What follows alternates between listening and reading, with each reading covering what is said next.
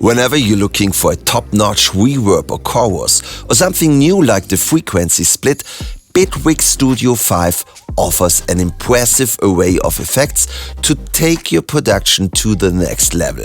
My name is Thomas Foster, and in this tutorial I will give you an overview of the main effects in Bitwig Studio and show you how to apply them to your own projects. Good to have you here, let's go!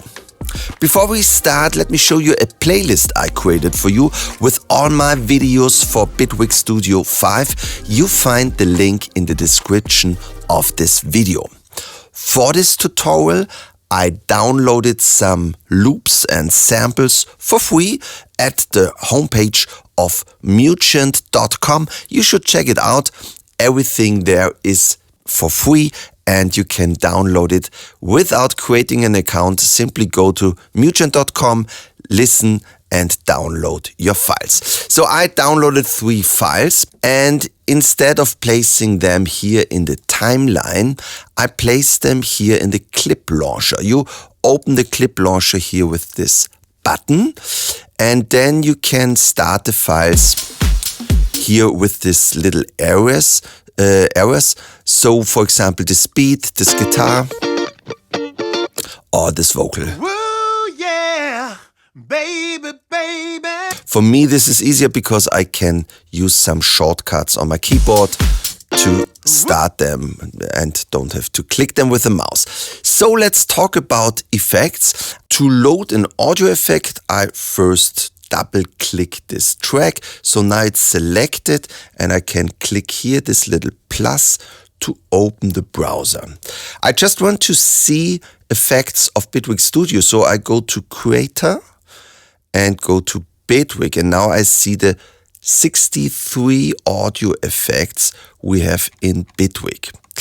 But still, this is a little bit confusing. If I know what I want, I can type it in here. So I can say, I want to have the EQ, then I see all the EQs. But there's a better way.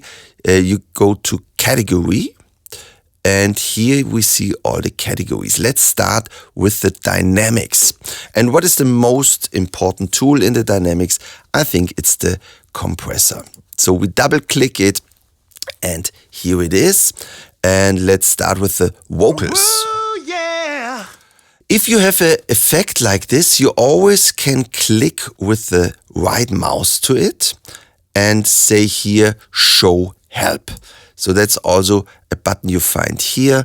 If you click on this, you see the effect a little bit bigger with some hints here that tells you exactly what every knob is doing. So how does a compressor work?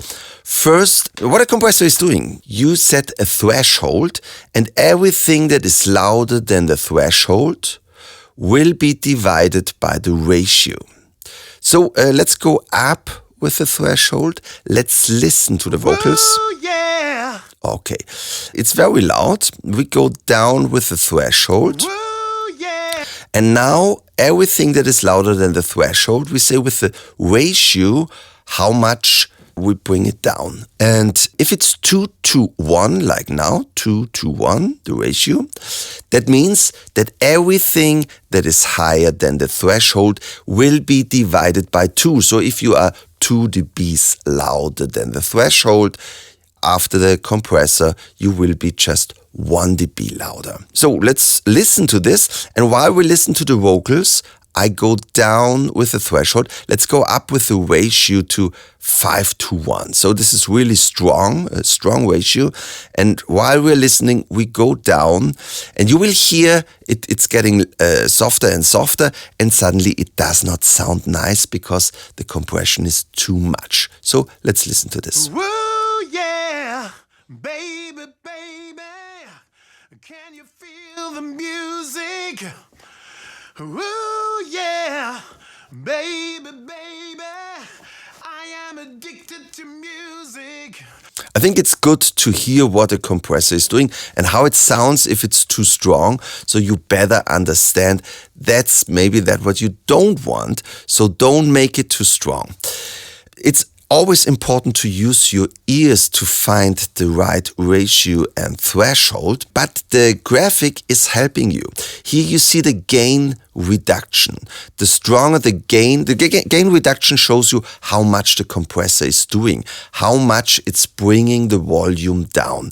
So if this is doing a little bit, then it's maybe fine. If it's doing too much, then it's too much. That's how easy it is. So it helps you to understand how much is the compressor doing, and then it's easier also to hear it. Woo, yeah, baby, baby. So let's go to a little bit more than 2 to 1 maybe. Let's go down a little bit with the threshold. Yeah, baby, baby.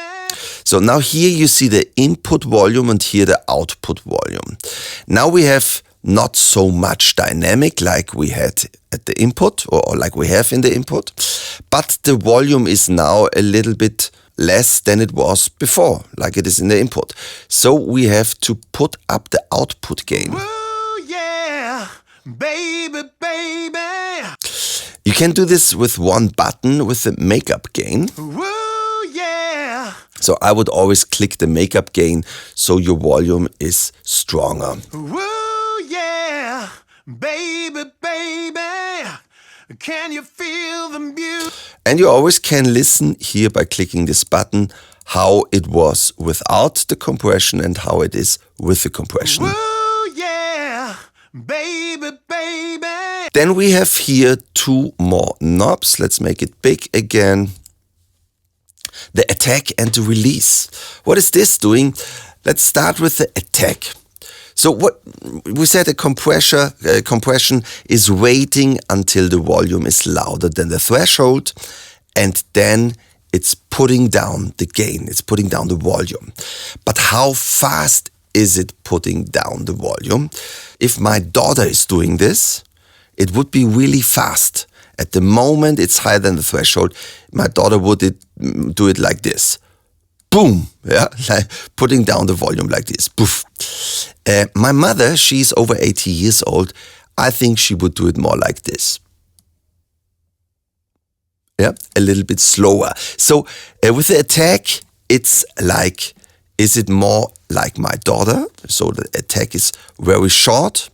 Here, this is more like it's doing like my mother, like 70 milliseconds, that's very slowly. The release is the same for if it's going back again to the high volume of the gain. How fast is this happening? That's the release. So you have now an idea of the compression and how to use the compressor. Let's click here again, go again to Bitwig, to the category Dynamics. We have the dynamic. This is also a compression, and you also can make the soft parts louder, what is pretty cool. And you have an external input device. So you can use this as a side chain. So for example, if you place the compression on your bass, you can use a side chain from the kick, and always when the kick is playing, the volume of the bass is going down. That's why the dynamics is pretty cool. The peak limiter, this is a break wall limiter. This is good to place at the last thing on your master channel, so you can be sure that there is no distortion, but the signal is very loud. It's like the compression, but with a very high ratio.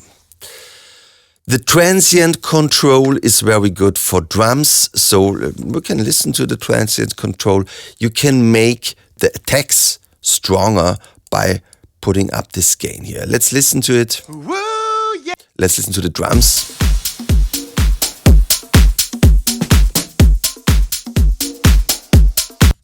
So you can give it more attack or less attack.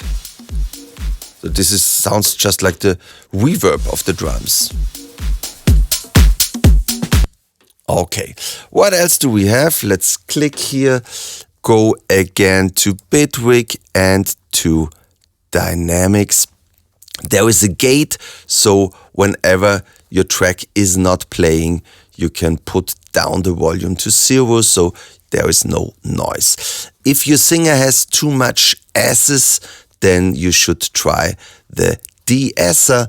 the more amount you give, the more the volume of the S is going down. So, but now let's go to the equalizer. Let's start with a very simple equalizer, the EQ2. You have here two bands, and you can change the mode of these bands from bell to low shelf and high pass filter. Let's start with the bell here, and let's make it big again. We go to show help, and here we can you can change this in the graphic like this, what is pretty cool, and you can use here the numbers to put the gain up at a special frequency, and you also can say how bright you want to do this, right? That's the high Q. It's called the Q. So let's listen how it sounds. We change the frequency.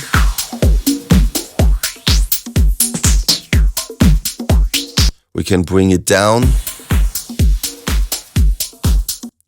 And now let's listen what the Q is doing.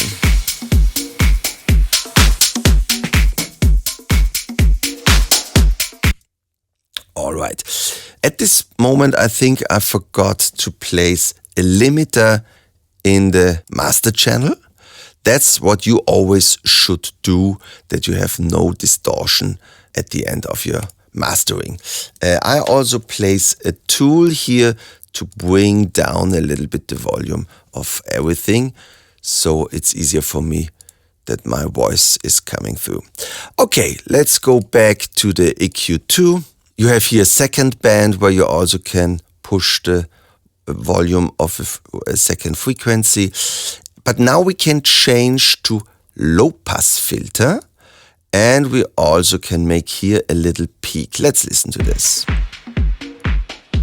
I'm changing the frequency now.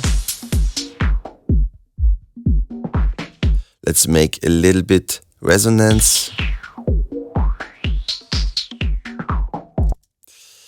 Or we can change to a high shelf EQ, so we can choose a frequency and push or bring down the volume for everything that is higher than, in this case, 4.3 Hertz.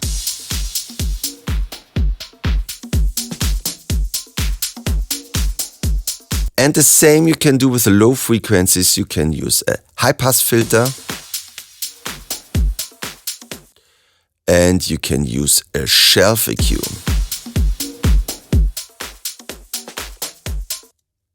So that is the EQ2.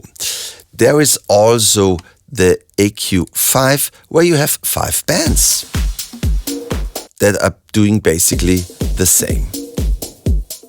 There is a really nice DJ EQ, where you have 3 frequencies: the low frequencies, the mid frequencies, and the high frequencies. You also can cut the high frequencies, or the mid frequencies, or the low frequencies, or just use the high frequencies, or just the low frequencies. And you can change the frequency where this split is happening. But now we come to the most important EQ, the EQ that I always use in 90% of the times, the EQ plus. Let's this time I don't use this help thing here, because I want to show you something else. You can make this EQ plus big by clicking here. Now we see here all the numbers and here the graphic. In the graphic, we simply can click and move to push some frequencies or bring them down. And we can use this little knob here with these 2 areas to make it brighter or smaller, smaller and brighter, right? If you click with the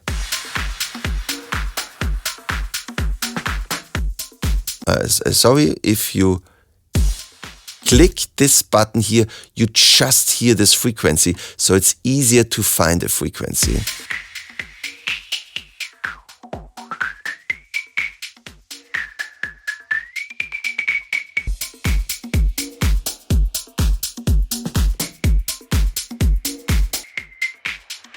So this is pretty cool, but you don't have just one band, you have 8 bands that you can use to change here the sound of your signal.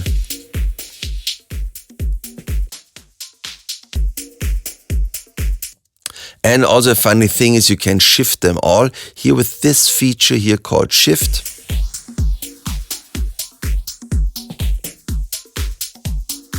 Also a nice effect, especially if you use some of the modulators to move the shifting. I will make an own tutorial of the modulators, but just to give you an idea, you click this little button here to open the modulators. Now we click the plus to add one. Let's type in LFO to choose the LFO as a modulation. And now I click this button to show Bitwig which function to control with this LFO. And now I use this shift feature, and now we have this cool movement here. All right, let's erase the modulation and let's go back to the beginning. Beside the bands that you can pick, if you just click here to erase this, we double click it, you can click here. And I hope you see my mouse is changing the symbol. If I really click here in the middle, I have the graphic of a shelf EQ. If I go up or down, I have the graphic of a high cut filter. So let's start by clicking here, where I have this function or this graphic of a shelf EQ. And now I can click and make the low frequencies stronger or softer. Double click to erase it again. Let's do the same with the high frequencies. I go exactly on the right side to the middle of this band, and now I push the high frequencies or bring them down. And change the curve here by clicking this double area here. Good. But you also can click a little lower or higher to get a low pass filter.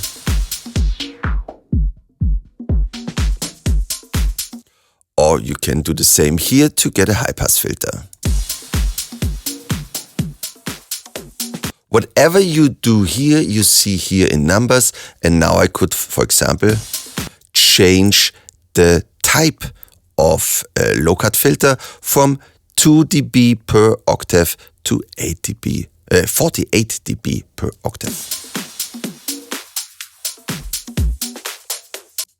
So I love the EQ Plus because it's so easy to click here in the graphic and don't work with these numbers.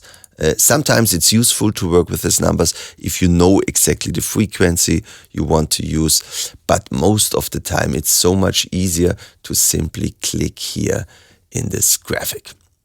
So that was the EQ Plus. Let's click the plus to load another effect, and that's the filter. You also have here the category filters. Let's start with the normal filter. This is working really easy. We have here the different modes. Let's click here to show help to make it a little bigger. Here we have the frequency. At the moment we are at a low pass filter, and we can change the frequency here. And you can change the resonance. So without a resonance, it sounds different than with a lot of resonance, because now we hear the movement of the frequency much clearer. Again, without and with. Yeah, and now we can change the filter mode to a stronger low pass filter. By the way, you also can use this button here, this knob here, to work in the graphic, to change the things in the graphic, because then you can change at the same time the frequency and the resonance. We can go to a bandpass filter. So a bandpass filter is cutting the high and the low frequencies at the same time. There's a stronger bandpass filter with the 4 at the end.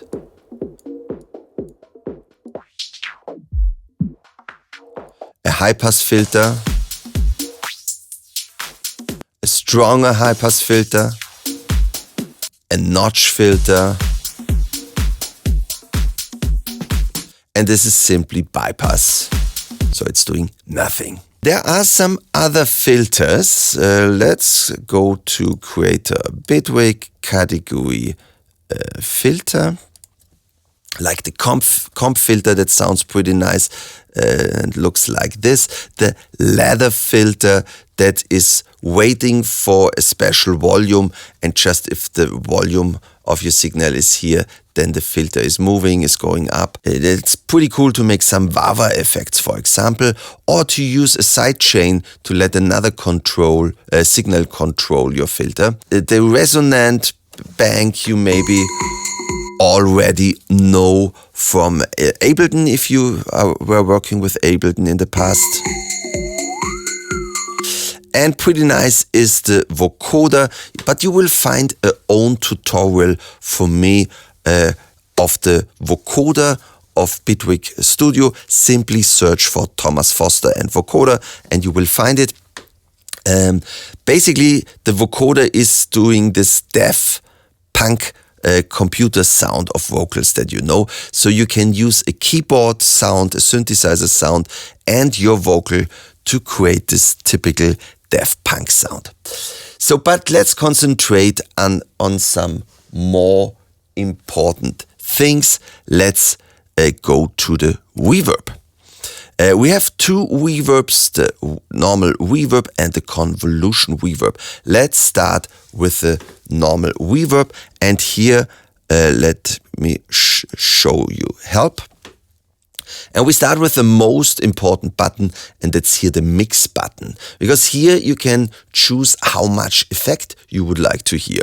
If you go 100% to the left to 0%, then you hear the dry signal without any reverb. If you go up to the right, you hear just the effect. So let's listen to this.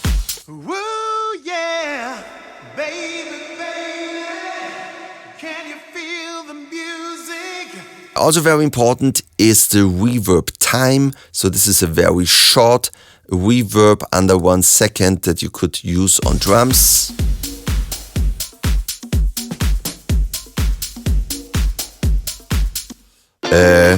On a guitar, maybe we use something like 1.4. And on the vocals, maybe you want a longer delay like 2.7. Woo, yeah, baby, baby. You can control the high and low frequencies. Woo, yeah, baby, baby, can you feel the music?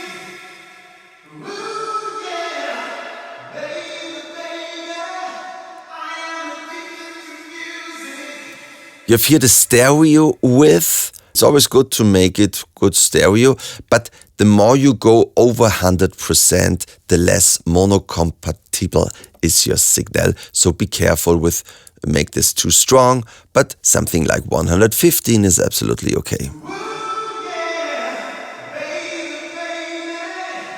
And you have a little bit more control, like the mode, the room size, the pre-delay and the diffusion to control the sound of your reverb. So I told you there are two reverbs. The second one is the convolution. What is a convolution reverb? Basically, Bitwig, the people of Bitwig were going in big rooms like a church or smaller rooms like or a concert hall, and they were sending noises through via speakers and recorded them.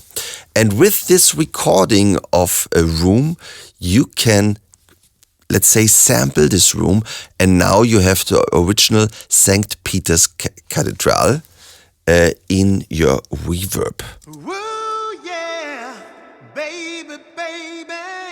So what you basically do with the convolution reverb, you click this button here to load a reverb, big wash, longer. Let's check this. For example,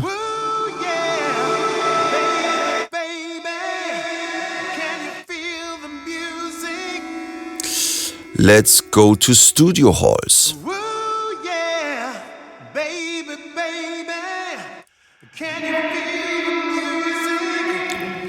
Let's go to real rooms. Can you feel the music? Yeah, if you like a room, simply click here on confirm and you can choose here how much reverb you would like to hear on your signal. Can you feel the music? And you have some controls, for example, to tune it. Can you feel the music? Or to control the brightness. I am addicted to. Or a pre-delay. I am addicted to music. So a great tool, and you also can place here your own audio files to create your own rooms. So it's a lot of fun that you can have with the convolution reverb to make a little bit more interesting sound, a reverb than with a normal reverb. So again, I created this playlist that you find in the description of this video. You can click on this playlist to see all tutorials I created for Bitwig Studio.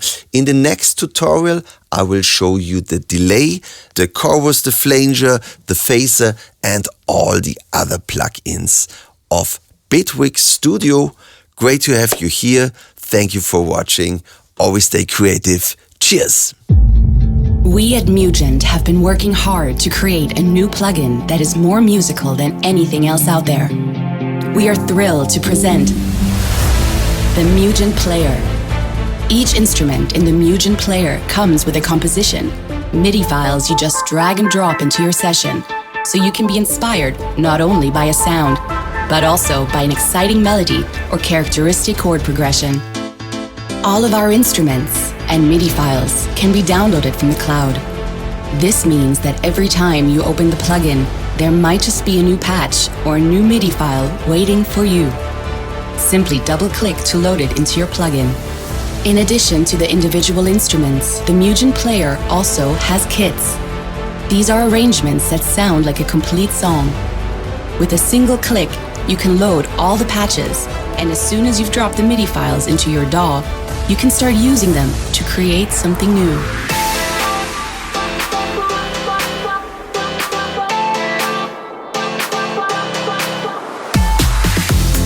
But the most incredible thing is, the basic version of Mugent Player is free. Click on the link in the video description to get the Mugent Player. In it, you will find a large selection of instruments, MIDI files, and kits that you can download for free and start using right away. Get the Mugent Player now and create music inspired by great sounds and compositions. Mugent, to make music.